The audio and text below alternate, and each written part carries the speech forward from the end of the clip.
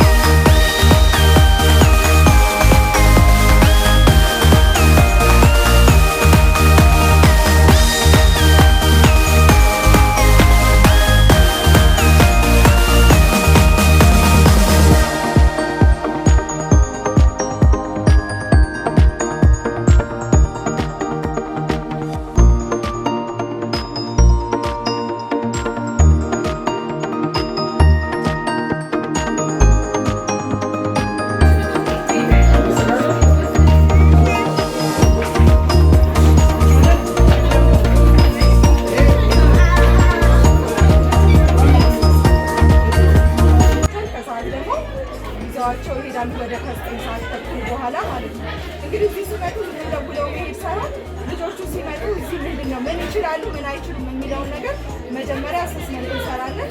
በዛ መሰረት እቅዶችን አውጥተን በእቅዳችን መሰረት አንዳንዶቹ ይሄ በመኖር የምንለምዳቸው መልበስ፣ መብላት፣ መጸዳጃ ቤት መሄድ ሊሆን ይችላል። አሁን አብዛኞቹ እነዚህ ልጆች ሲመጡ በዳይፐር የነበሩ ራሳቸውን መመገብ የማይችሉ ራሳቸውን ማገዝ የማይችሉ ነበሩ።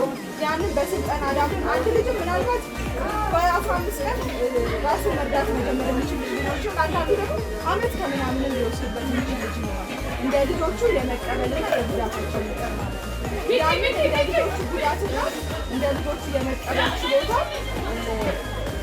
ፕላን አዘጋጅተን እቅድ አዘጋጅተን ካሰለጠናቸው በኋላ ይህ ትንሹ ክፍል ላይ ነው ድረስ የተለያየ ስራዎች የስጋጃ ስራ፣ የምንጣፍ ስራ፣ እንደገና ደግሞ ትምህርት ራሱ በመደበኛ ማንበብ የሚችሉ መጻፍ የሚችሉ ልጆች አሉ ማለት ነው። የሁለተኛ ወላጅን እናደርጋለን፣ እናበረታታለን።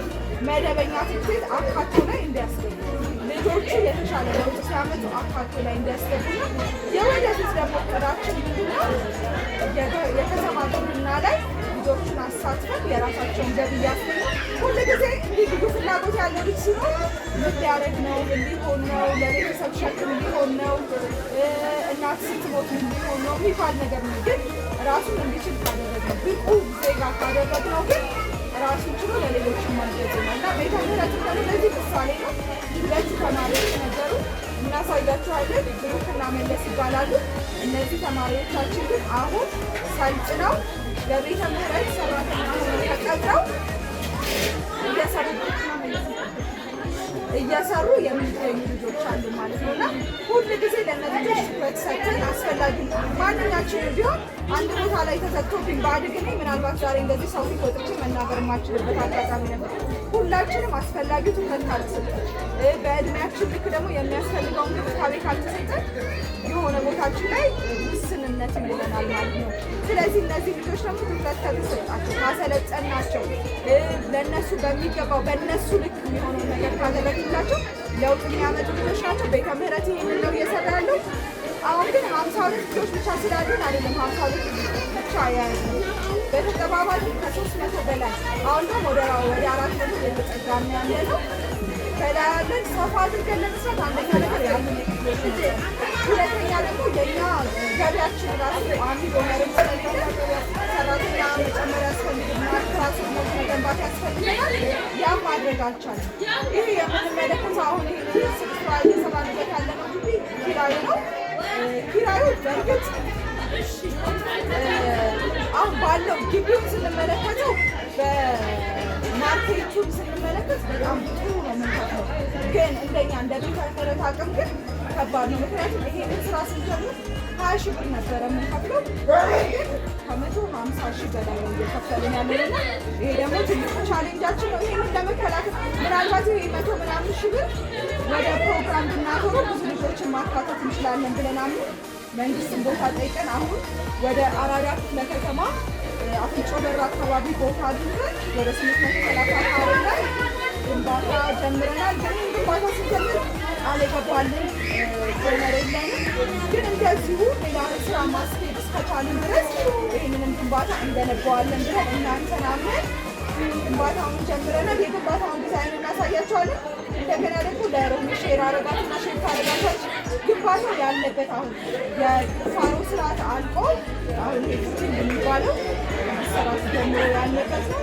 ሚዲያ እንደዚህ በቲክቶክ ላይ እየወጣን በሶሻል ሚዲያ ላይ እየወጣን እያየን ያለ ነው። ግን ይህንን ነገር አሁን በተለይ አዲስ አበባ ላይ ሆናችሁ ይህንን ነገር የምትመለከቱ መጥታችሁ ብታዩን ብትጎበኙን፣ ለልጆቻችን ፍቅር ብትሰጡን ከእገዛው በፊት እውነት ቤተ ምህረት አሁን የሚለውን ነገር እየሰራ ነው ወይ በተግባር የሚለውን መጥታችሁ አድራሻችን ፈረንሳይ ለጋሲዮ ብሎክ ገበያ አካባቢ ይገኛል። ሮሚን የንጹህ ልደት የጋበዘችበት ሚባለ ከዛ ማየት ትችላላችሁ። ስልክም አለ፣ ደውላችሁ ልታገኙ ትችላላችሁ። ጥያቄ ካለ አዲሱ መልካም